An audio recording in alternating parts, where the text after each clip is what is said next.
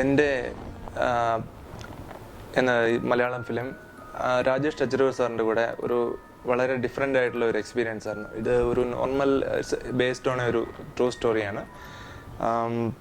ഈ ഇതിൽ സിദ്ദിഖ്, അഞ്ജലി പട്ടേൽ ഇവരാണ് മെയിൻ ലീഡ് ചെയ്തത്. ഇതിൽ ഒരു മെയിൻ സ്ട്രീമിലെ ഒരു വലിയൊരു ഹീറോയിനോ ഉള്ള ചിത്രമല്ല ഇത്. പക്ഷേ അതിനേക്കാളും ഉപരിയായിട്ട് എൻ്റെ സബ്ജക്റ്റ് ഒരുപാട് നല്ല സബ്ജക്റ്റാണ്.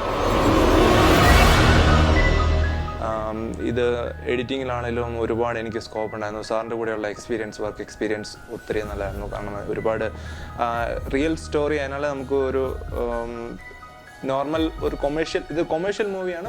പക്ഷേ സാധാ കൊമേഴ്ഷ്യൽ മൂവിയെക്കാളും അധികമായിട്ട് ഇതിനകത്ത് ഇതിൻ്റെ mood of the movie, pattern, എല്ലാം ഷൂട്ട് ചെയ്തിരിക്കുന്ന റിയൽ ലൊക്കേഷൻസ്, അതുപോലെ സിനിമാറ്റോഗ്രാഫി, ഇപ്പോഴത്തെ സിനിമാറ്റോഗ്രാഫി വളരെ രാം തുളസി ആണ് സിനിമാറ്റോഗ്രാഫി ചെയ്തിരിക്കുന്നത്. മ്യൂസിക് ചെയ്തിരിക്കുന്ന 3 Idiotsൻ്റെ മ്യൂസിക് ഡയറക്ടർ ശാന്തനു മൈത്രയാണ്.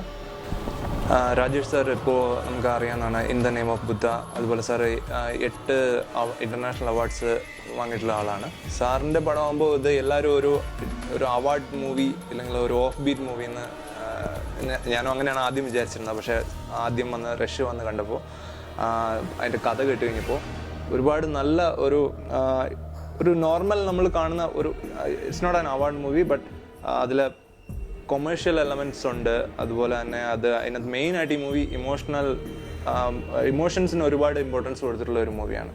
അതുകൊണ്ട് എഡിറ്റിങ് വളരെയധികം ശ്രദ്ധിച്ച്, ഇപ്പോൾ നോർമലായിട്ടൊരു കൊമേഴ്ഷ്യൽ മൂവി എഡിറ്റ് ചെയ്യുന്ന പോലെ ചെയ്യാൻ പറ്റിയില്ല. കാരണം അങ്ങനെ ചെയ്യാൻ പറ്റില്ലാത്തതാണ്. ഒരുപാട് കട്ടിങ് പാറ്റേൺ തന്നെ ഞങ്ങൾ വേറെയാണ് യൂസ് ചെയ്തിരിക്കുന്നത്. ഇമോഷൻസ് പോകാതെ ഒരു ഫാദർ ഡോട്ടർ റിലേഷൻഷിപ്പ് എങ്ങനെ ബിൽഡ് ചെയ്യണം, പല സീനുകളും. അതുപോലെ തന്നെ ഈ മൂവി കണ്ട് നമുക്ക് നമുക്ക് ഫുൾ മൂവി നമുക്ക് കണ്ടു കഴിയുമ്പോൾ നമുക്ക് തന്നെ ഒരു ഫീൽ ഉണ്ടാവും. ഒരു നോർമൽ ഒരു കൊമേഴ്ഷ്യൽ മൂവി കാണുന്നതാണോ, പക്ഷേ ഈ മൂവി ത്രില്ലറുമാണ്. ഇതാണ് അതുപോലെ എൻ്റെ സബ്ജക്റ്റ് ഒരു വേൾഡ് വൈഡ് സബ്ജക്റ്റാണ്. ഹ്യൂമൻ ട്രാഫിക്കിംഗ്, ഫ്ലഷ് ട്രേഡിങ്, ഇത് നമുക്ക് നമ്മുടെ സമൂഹത്തിൽ നടക്കുന്ന പല ഇതുപോലെയുള്ള ഒരുപാട് പ്രോബ്ലം നമ്മുടെ കേരളത്തിൽ തന്നെയുള്ള ഒരുപാട് ഇഷ്യൂസ് സാർ ഇതിൽ കൂടെ കാണിച്ചിട്ടുണ്ട്.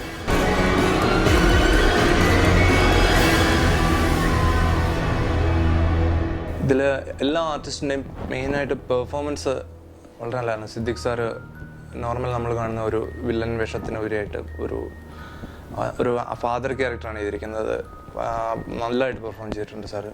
ഈ മൂവിയുടെ സബ്ജക്റ്റ് നോക്കുമ്പോൾ നമുക്ക് അമ്മ, പെങ്ങൾ അല്ലെങ്കിൽ ഒരു ഫാമിലി ലൈഫ് ഉള്ളവർക്ക് ഈ പടം കണ്ടു കഴിയുമ്പോൾ തീർച്ചയായിട്ടും അത് ഫീൽ ചെയ്യും. കാരണം ആർക്കും എവിടെയും സംഭവിക്കാൻ ചാൻസ് ഉള്ള ഒരു കണ്ടന്റാണ് ഇതിനകത്തുള്ളത്, ഇതിൻ്റെ main thread.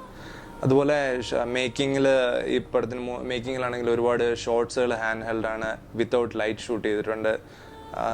Total mood of the movie ഭയങ്കര ഡിഫറെൻ്റ് ആണ്. എല്ലാവർക്കും എൻജോയ് ചെയ്യുമെന്ന് വിചാരിക്കുന്നു. അതുപോലെ